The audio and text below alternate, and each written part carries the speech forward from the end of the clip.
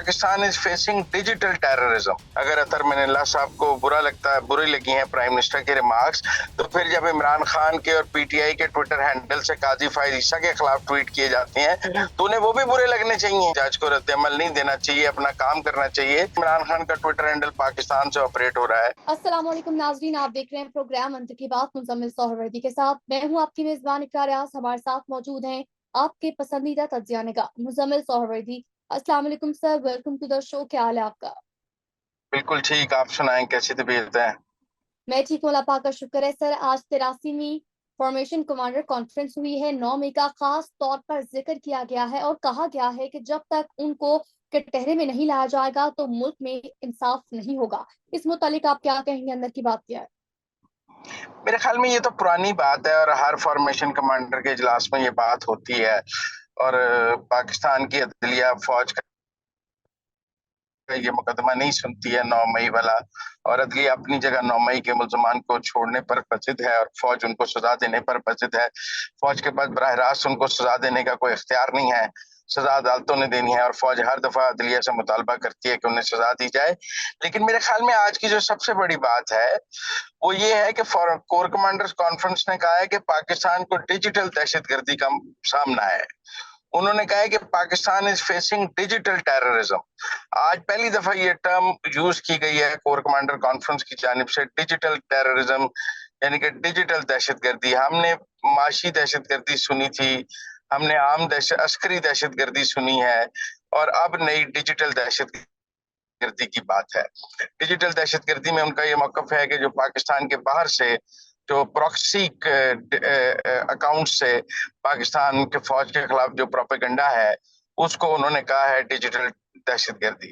मेरे ख्याल में जो कहीं फौज कोई डिजिटल फायरवॉल की आखिरी स्टेज पर पहुंच गई है, मुझे लगता है जिसके तहत उनके पास ये इख्तियार आ जाएगा कि जो बाहर से डिजिटल प्लेटफॉर्म्स हैं वो पाकिस्तान में ना देखे जा सकें। यूट्यूब, ट्विटर, और इनको रोकने का एक डिजिटल फायरवॉल के जरिए कोई इख्तियार, कोई तरीकाकार फौज ढूंढ रही थी और मुझे लगता है उसके करीब पहुंच गई है फौज। जो आज फॉर्मेशन कमांडर्स में डिजिटल टेररिज्म की बात की गई है और फिर कहा जाएगा कि हम डिजिटल दहशतगर्दी को रोक रहे हैं। तो एक तो मेरे ख्याल में जो डिजिटल दहशतगर्दी की नई इस्तिलाह है और उसमें बिलखसूस ये कहना कि वो उसको बैरूनी सहूलतकारी हासिल है और वो बाहर से प्रॉक्सी जंग लड़ी जा रही है, उन्होंने पाकिस्तान के अंदर की बात नहीं की, बाहर की बात की है। तो मेरे ख्याल में जो बाहर बैठ के लोग फौज के खिलाफ प्रोपेगेंडा कर रहे हैं उनके तरफ इशारा था और उनका कोई हल फौज ढूंढ रही है। वैसे तो आदिल राजा के फेसबुक ट्विटर अकाउंट्स की भी आज कोई सस्पेंशन की बात है कि वो जो एक्स सर्विसमैन के तौर पे अपने यूज कर रहे थे अकाउंट्स, लेकिन मेरे ख्याल में कोई पाकिस्तान की अपनी सलाहियत भी ऐसी बन रही है जिसमें ये इन चीजों को रोकने की तरफ फौज जा रही है। जो आज ये बात की गई है और कल फिर कहा जाएगा कि ये डिजिटल टेररिज्म था, और जिस तरह हम अस्करी दहशतगर्दी से निपटते हैं, माशी से निपटते हैं, इसी तरह हम डिजिटल दहशतगर्दी से भी निपटेंगे। तो मेरे ख्याल में आज की जो बेसिक चीज थी वो डिजिटल दहशतगर्दी थी, जिसका नया नैरेटिव फौज आज सामने लेके आई है। सर आगे बढ़ेंगे, कुछ बात करेंगे नैब तरमीम केस को लेकर। तो उसमें फैसला किया गया 5 जजेस की जानिब से, जिसका तनासुब 4-1 रहा और लाइव टेलीकास्ट करने की जो दरख्वास्त थी उसको मुस्तरद किया गया। और फिर ये भी पेशरफ हुई कि जस्टिस जमाल मंदोफेर की जानिब से कहा गया कि वज़ीर आज़म ने हमें काली भेड़े कहा है, जिस पर अटॉर्नी जनरल ने कहा कि उन्होंने मौजूदा जजेस को नहीं कहा। तो उस पर जस्टिस अतर मिनल्ला की जानिब से कहा गया कि हम काली भूडे हैं, काली भेड़े नहीं, और वज़ीर आज़म को जाके कह दें कि जो काली भेड़े हैं उनका एहतसाब किया जाए। इस मुतालिक आप क्या कहेंगे? देखिए, अतर मिनल्ला साहब को बड़ा बुरा लगे वजीर आजम के रिमार्क्स, और मैं समझता हूँ कि उनको पहले फैसल वाडा के रिमार्क्स भी बहुत बुरे लगे थे और उन्होंने शुरू करा दी थी। एक दौर में मुझे तनकीद बुरी नहीं लगमात के वैसे ही खिलाफ हूँ जब इमरान खान के तौहीन अदालत के मुकदमात सुन रहे थे, और वैसे भी मैं समझता हूँ कि पाकिस्तान का निज़ाम इंसाफ यकसा निज़ाम इंसाफ पर है। अगर अतर मिनल्ला साहब को बुरी लगी हैं प्राइम मिनिस्टर के रिमार्क्स, तो फिर जब इमरान खान के और पीटीआई के ट्विटर हैंडल से काजी फायद ईसा के खिलाफ ट्वीट किए जाते हैं तो उन्हें वो भी बुरे लगने चाहिए। जब का chief justice Islamabad high court Umar Farooq के खिलाफ ट्वीट किए जाते हैं और मुहिम चलाई जाती है तो उन्हें वो भी बुरी लगनी चाहिए।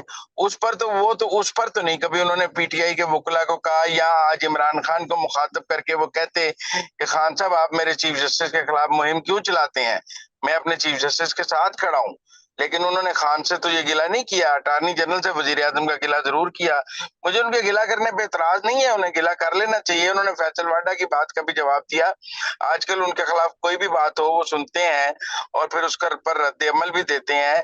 एक दौर में उनका मौकफ था कि जज को रद्द अमल नहीं देना चाहिए, अपना काम करना चाहिए। उनकी सोच में तब्दीली हमें नजर आ रही है, लेकिन मेरा मतलब है कि ये जो तब्दीली है ये भी यकसा होनी चाहिए।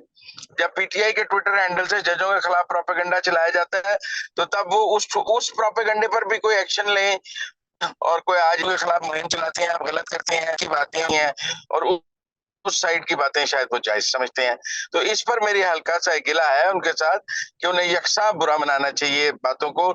एक जज के हवाले से नहीं, सब जजों के हवाले से उनकी राय यकसा होनी चाहिए।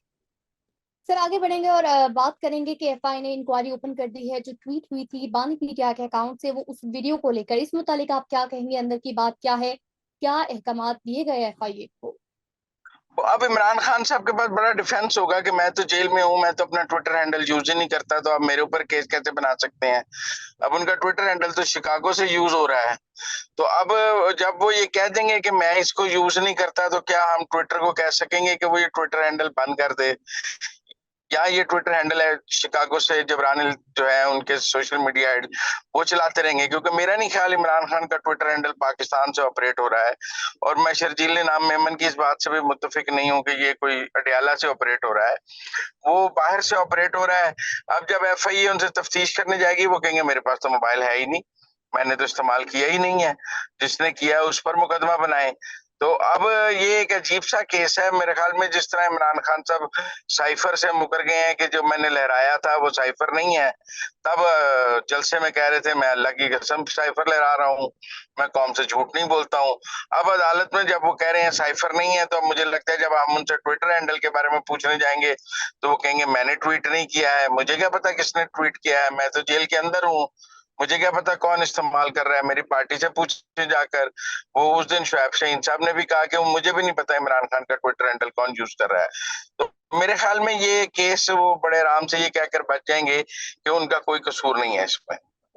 तो नाज़रीन, ये थी आज के अंदर की बातें। हमें दीजिए इजाजत, अल्लाह ने के बाद।